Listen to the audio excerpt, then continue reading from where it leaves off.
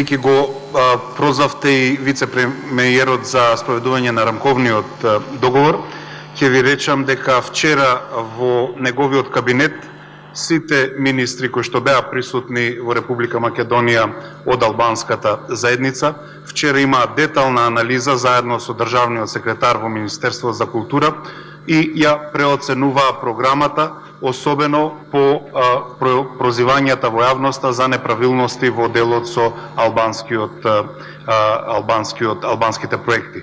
Во таа смисла тие излегоа со соопштение и тоа соопштение е на албански и е објавено на веб страната на заменик премиерот.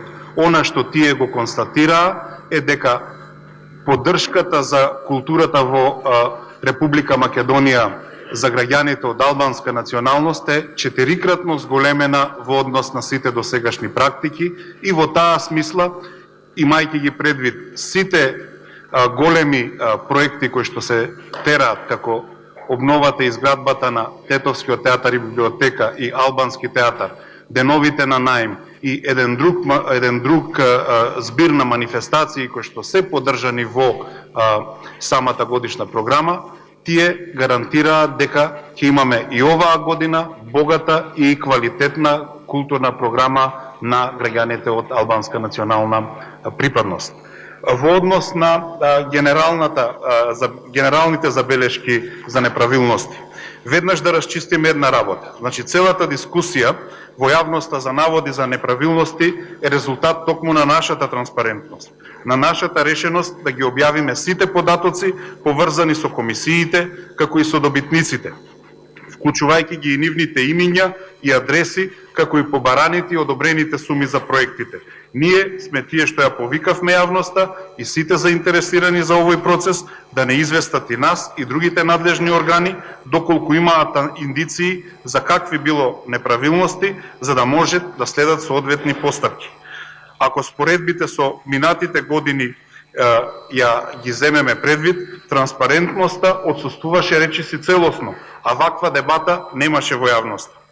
Би сакал да истакнам дека низ овој процес поминаа над 5000 проекти, а над 2500 проекти беа прифатени. Да се изведе процес во таква импозантна бројка и во мал временски период, имајќи предвид дека комисиите не можеа да се оформат порано и поради изборните ограничености, е навистина голем подвиг.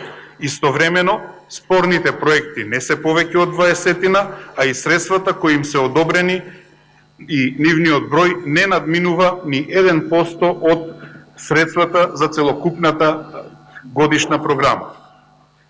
Во однос на дискусиите во јавноста за можниот конфликт на интереси, би сакал да истакнам дека сите членови на комисиите го повлекоа нивното учество во сите проекти за кои тие не одлучуваа самите. По дополнителниот притисок на јавноста имаше 3 спорни проекти кои што самите учесници исто така ги повлекоа. Веќе имам информации дека и проектите кои што беа доведувани во врска со можно влијание во кабинетот и во луѓе блиски до државниот секретар се исто така повлечени. Министерството за култура побара мислење од антикорупцијска комисија за укажување на сите можни конфликти на интереси, непотизам, корупција или други незаконски практики. Исто така отворени сме, го повикуваме и јавното обвинителство, доколку тие сметаат дека има било какви индиции, подготвени сме да соработуваме и со нив. Нашата недвусмислена определба е дека процесите на одлучување треба да бидат целосно транспарентни, да бидат фер и објективни, согласно начелата, критериумите и пропозициите на конкурсните апликации. Цврсто стоиме на ставот дека доколку има индиции за неправилности или доколку одредени личности или субјекти учествувале во непотизам, клиентелизам, влијание или други незаконски практики, Министерството е подготвено веднаш да ги преиспита тие случаи и доколку се утврди одговорност, кон нив да се постапува согласно со законот. Времето за незаконско и непрофесионално постапување заврши и таквите практики се заменуваат со практики на стручно, одговорно и домакинско работење со средствата на граѓаните. Како и во нашето досегашно работење, Министерството ја става транспарентно целата документација.